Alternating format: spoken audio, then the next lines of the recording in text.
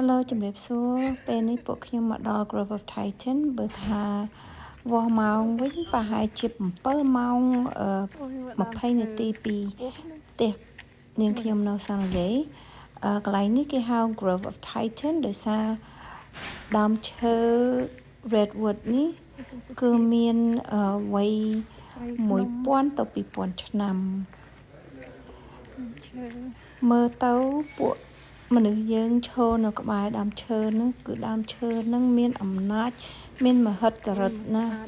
ហើយបើគិតថាបើសិនជាគាត់អាចនិយាយបានគាត់ប្រហែលជាមានរឿងច្រើនណាស់រឿងប្រវត្តិរបស់មនុស្សលោកយើងមាន dinosaur ក៏យើងមិនដឹងហើយតើយើងអាចសួរដើមឈើបានទេតើមនុស្សកើតមកពីអីទៅ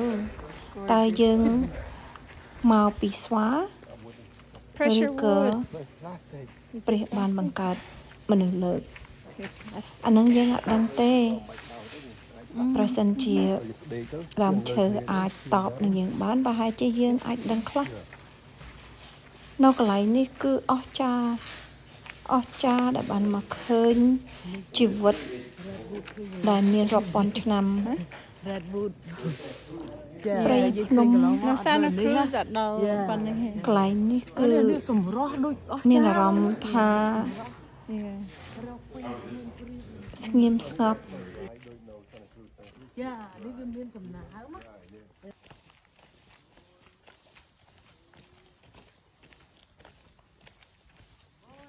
អូធំស្អាតស្អាតមែនទែនស្អាតដូចដើមឈើធំ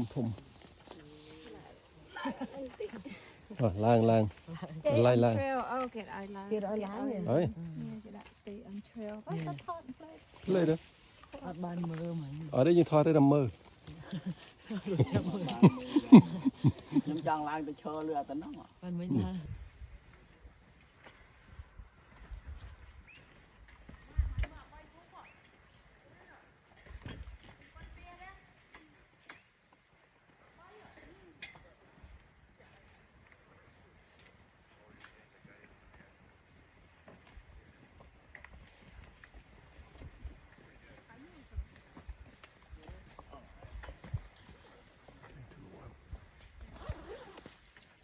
Look back. Oh, Thomas. Yeah.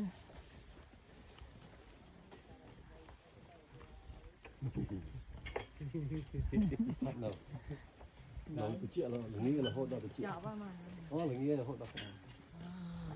អូចាប់តាមហ្នឹងគេស្លាប់ទៅវិញ Most of the trees here they're intertwined together right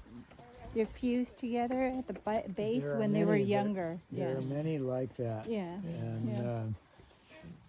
this one we're pretty sure of its history. Oh, yeah. There's a waviness in the bark on the base, Yeah. like a washboard. It's a genetic anomaly that you won't see on the other tree. People and yeah. 2 millennial. Yeah. 20គិតបើគិត100ណានឹង20បើអាយុយើង100ណាអាយុ100អស់ហើយអាលេងទេមិនអស់ទេ Do somewhere special. អត់ឲ្យបានថតអស់មកអស់ដៃមកអស់ដៃអស់ជើងបងស្តាក់ខាងលើចូលនៅបងស្តាក់នេះអូអានេះដូចនៅសានកៅវត្តចឹងនេះ ចា ខ្ញ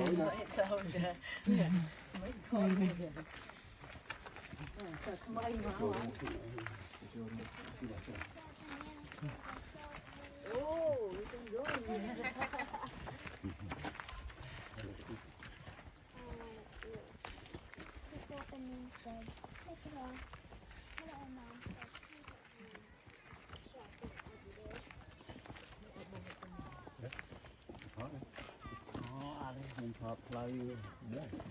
ខ្ញុំទៅមុនទៅថត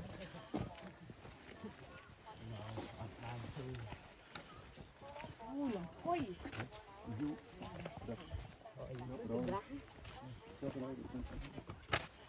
thôi thôi nữa